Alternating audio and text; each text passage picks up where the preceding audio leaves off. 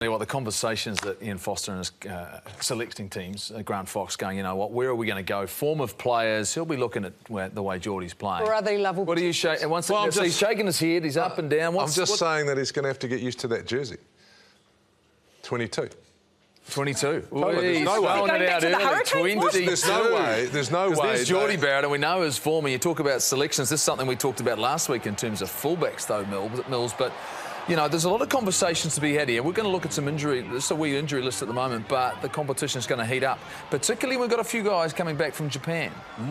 Well, he's playing good, isn't he, Geordie? I think he's really taking command. He's owning that 15 jersey. But to go back to what the JK was mentioning, I think the intensity, that's probably not what Bodie's not getting at the moment. So, you know, Geordie at the moment is, you know, he's getting there. He's putting in the mileage. And I love the leadership role that he's taken on himself. You know, that's really starting to come out of him. I think he's playing great. I mean, I think there's a number of things that you have to consider now. It's never too early to talk about the All Blacks because we love an All Black chat. But let's have a look at maybe some of the significant injuries that you're talking about and we saw on the weekend. Now there's conversations that'll have to be made. Sam Cane, Joe Moody, Jack Goodhue, Liam Squire.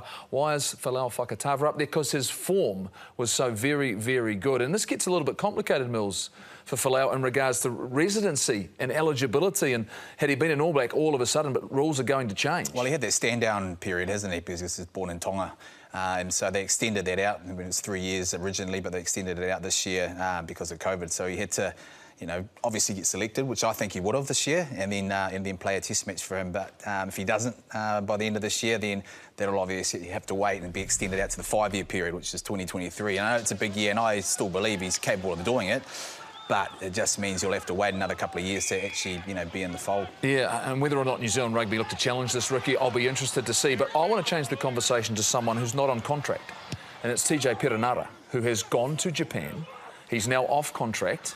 The fact he was released, and so there's a position now. If he wants to play for the All Blacks this year, he has to return home and play some domestic rugby before he's eligible. Well, he'd have to come. And I guess the issue that we still don't know is because of bloody COVID, we don't know what the schedule's going to look like. So when a Sanzo competition's going to get up and running, so does that give TJ time to come back and play for Wellington a couple of games to put himself in the mix if that All Black series is a little bit later? JK's shaking his head. He's a no on the Perenara. He's an easy throw to tonight because I tell him he's got something to say. His head's going up and down sideways. But JK, like the question I have for you is... You can't re-sign Perenara. You cannot re-sign him. Oh, but I think in saying that, he's a lot different than what Bodie's done. Bodie's gone out and gone, he's got, you know, as part of his sabbatical, as part of his contract, he's gone out. TJ Perenara, he had another extension. He could have actually, and he's taken a risk. He said, look, OK, I don't want to extend that last year. I love the man, don't get me wrong, but who do you want to keep?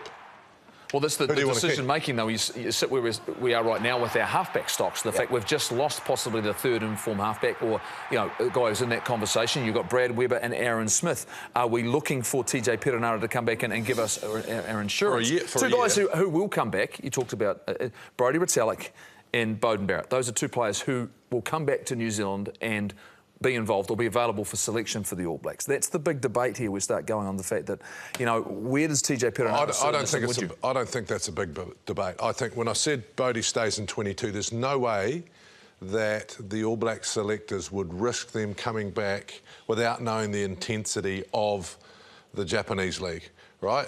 Right now, if you look at that, you think, well, who was tackling out there? Now, I love the Japanese league. I've played it and I've coached it. It's fantastic. Maybe a game at the end of the season would sort that out. But Bodie has to come back, and Bodie and Brodie have to come back and sit on the bench. You cannot let our guys play through that season while they're away and let them come back and take a test. Why wouldn't you sign TJ? Perenara? Yes. Because I think there's some young guys coming through, and for the next World Cup, I just think, look, I'd love to sign him, but if it was a case of signing a couple of young guys that are going to get to the next World Cup as good and on further, then I just think he's going to be a case. The next cab's probably Mitch Drummond, though. Yeah, are they there, it's probably Mitch Drummond or Bryn Hall. I mean, here's the thing about two guys who've performed for the Crusaders consistently and never got that opportunity that maybe they deserved because there was all this, they're playing behind the Crusaders pack. Well, I think there's enough to suggest they get a chance. With Fakatava gone now, surely that one of those... Where? Gone injured. Who is injured? I mean, season. Yeah, so... we're talking about the World Cup and going forward, right? So if you think about TJ, he's been a great servant in the game. He's getting the twilight of his career. And for me, there's guys who are starting to stack up that are going to give us another 2 World Cups. Now, I'd love... TJ should be signed, yeah, but at some stage you've got to go, whoa. We can't keep everybody. I mean, that's always the debate, isn't it? Yeah, but the thing is, I mean, if you look at it logistically from his contract point of view, he hasn't got a contract yet. If he comes back and they say, we want you, I'm going to commit instead of going back to Japan, because let's be clear here, the Japanese money is a lot more than what he's getting, would get. So if he's committed to coming back and he signs for a year or 2, or say, I'm going to lead up to the Rugby World Cup, and he's a lot better than those guys, then why not? The question I then have, though, is that... But wouldn't he cost them 3 times as... Wouldn't TJ cost 3 times as much? That's what I'm saying. Probably buy 2 young guys for his price. Well, secure 2 young guys in terms of longer-term contracts. You'd have to invest in them, whether it's a Falau Fakatava coming back from injury. I suggest this then, Ricky. I mean, if we're going to get a gauge on it, why don't we get the winner of the top league in Japan to play the winner of the Trans-Tasman?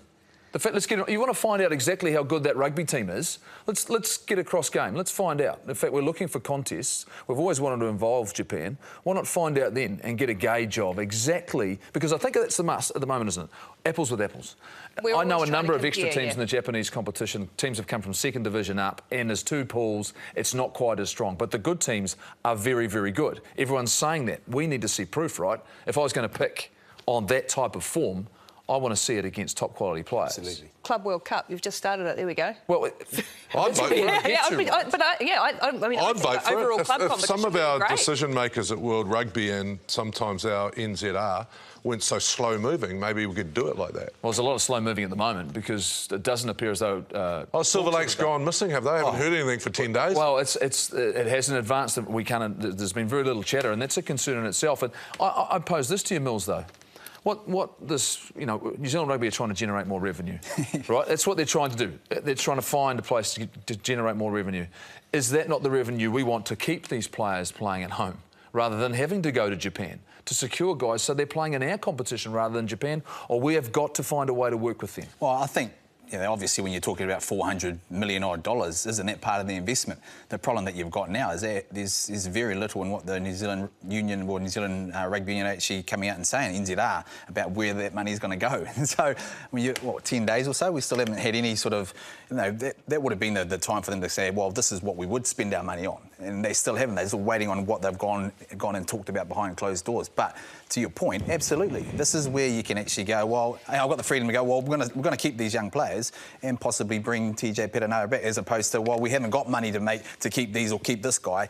This is where you can invest your money into and have the freedom to be able to do that. But and I get that, and yes, we want to keep players. And I would think, though, the Silver Lake money, the thing that I would like about it is bringing the game up to an entertainment package. We're still really insular and old school a little bit. It's our national game, it's our rugby game, whereas we're competing in a business, in a massive global business in sport. And I want to see the in-game, the in-stadium experience better for our fans, everything just hyped up a notch, and that's where, for me, that money comes. And if you're creating a competition, a package and a revenue, the players are going to want to stay here and be part of it. And we all benefit from it. That would be my... It's just a little bit slow moving for me when I see and I watch it, and the quality of rugby from not all the contests coming out of Japan, JK, but there are so many names that I see that I would love to still come back and be playing here in New Zealand in front of our fans, or at least possibly coming and playing a one-off contest. This club competition, a local one-off. No, my issue is this. We need to expand our game to Japan, and they need to be part of our competition. Right? If Bodie wants to stay there and play and then Suntory come down here and get smacked by 60 points, we know that it is a financial sabbatical. But if everyone starts playing up there, we're playing across our borders, then I don't see why sometime tomorrow we can't pick players from our extended competition. So what are we going to do with Moana Pacifica? Are they going to play for who? Right? So those decisions, I think, the Silver Lake discussion, the thing that annoys me the most about the Silver Lake decisions is when the NZR wants something and Rob Nichols wants something, they put all this shit out there in the media and then we pick it up and argue about it. Now, when we want to know, what's happened? Well, it's gone very quiet right now, and this is a concern for us because it's slowing this process. It annoys me. I don't know what concern. It doesn't take a lot, though, JK, from time But isn't to that time. true? Yeah. Like, they both send your Trojan horses out and instead of working together, which is what annoyed me last week. We would like to know whether there's progress, right? We would like to know we're going. I'd like to know something at least. Yeah. All right.